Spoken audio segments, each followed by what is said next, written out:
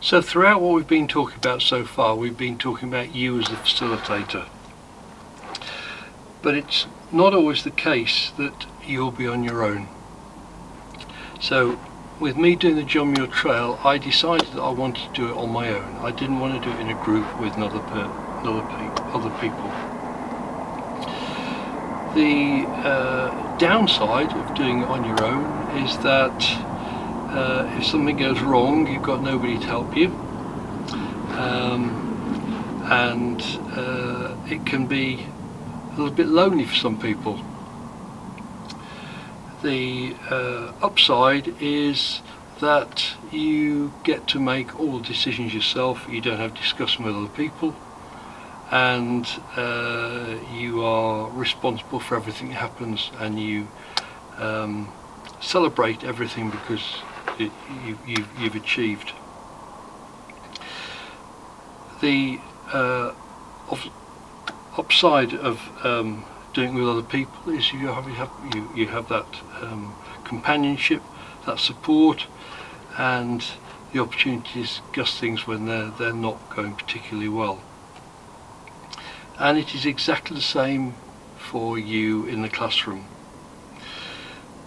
If you're on your own, then you make all decisions yourself, you're thinking things through yourself, you don't have to be concerned with what your partner might think, and you can crack on with everything. The downside is that if it gets difficult, you don't have that opportunity to discuss it with somebody else, or to share different thoughts, or to have someone to take over for a moment.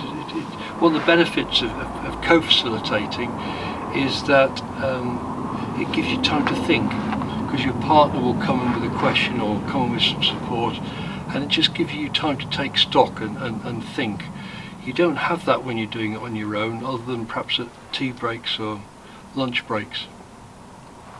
So, in terms of planning, if you are planning this session and you're going to be delivering it with somebody else, you need to have them involved so that they understand and are on board with what's taking place.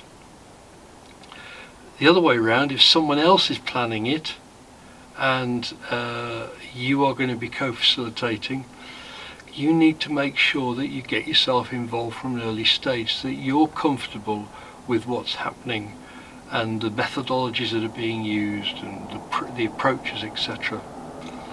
So these are important considerations, and whilst we haven't discussed the issue of whether it's being delivered just by yourself or by yourself and somebody else until now, it is something you need to consider very early in the process, because the sooner you know whether that's going to be the case or not, the easier it is to then involve somebody else right from the start, so that they also have ownership of it and they can help develop the session. So this aspect of co-facilitation or not is something for you to consider very early on in the process.